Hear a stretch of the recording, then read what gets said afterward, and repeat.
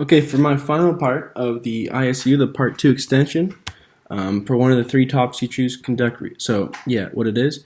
Unfortunately, there's not a lot of hockey movies out there, and even less ones where they misuse physics, just because it's a hard thing to knock on.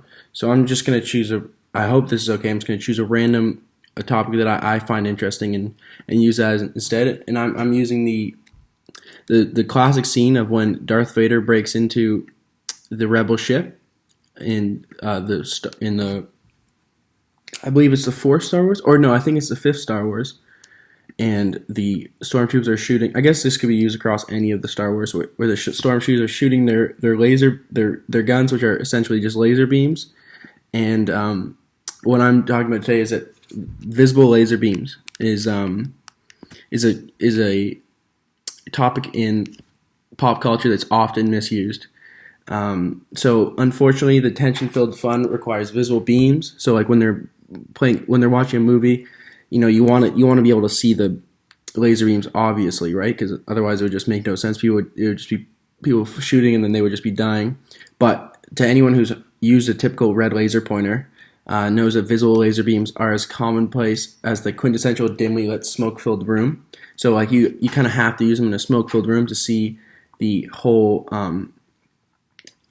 the whole laser beam. Otherwise, you just see, like if you just shine it a pointer under normal conditions, you just get a tiny dot of light at the end of it, and it's not a beam that just goes across the entire room and you can see the whole thing.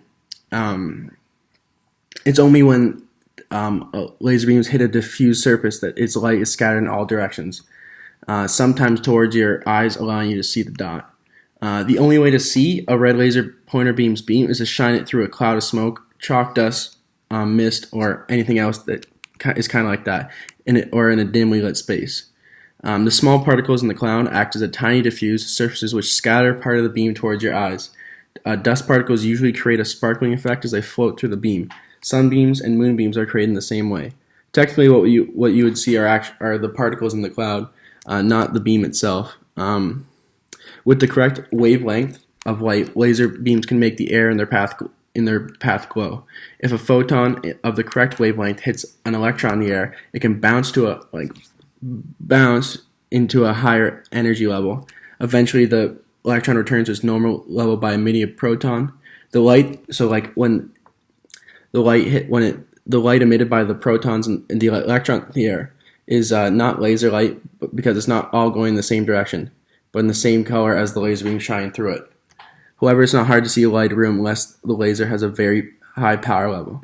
So just kind of using this logic of just using a basic red laser beam or laser pointer, it's pretty easy to prove that whenever it doesn't have to just be stars. In any pop culture reference, laser beams are quite a common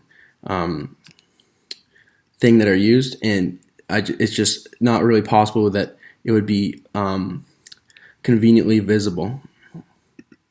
Thank you.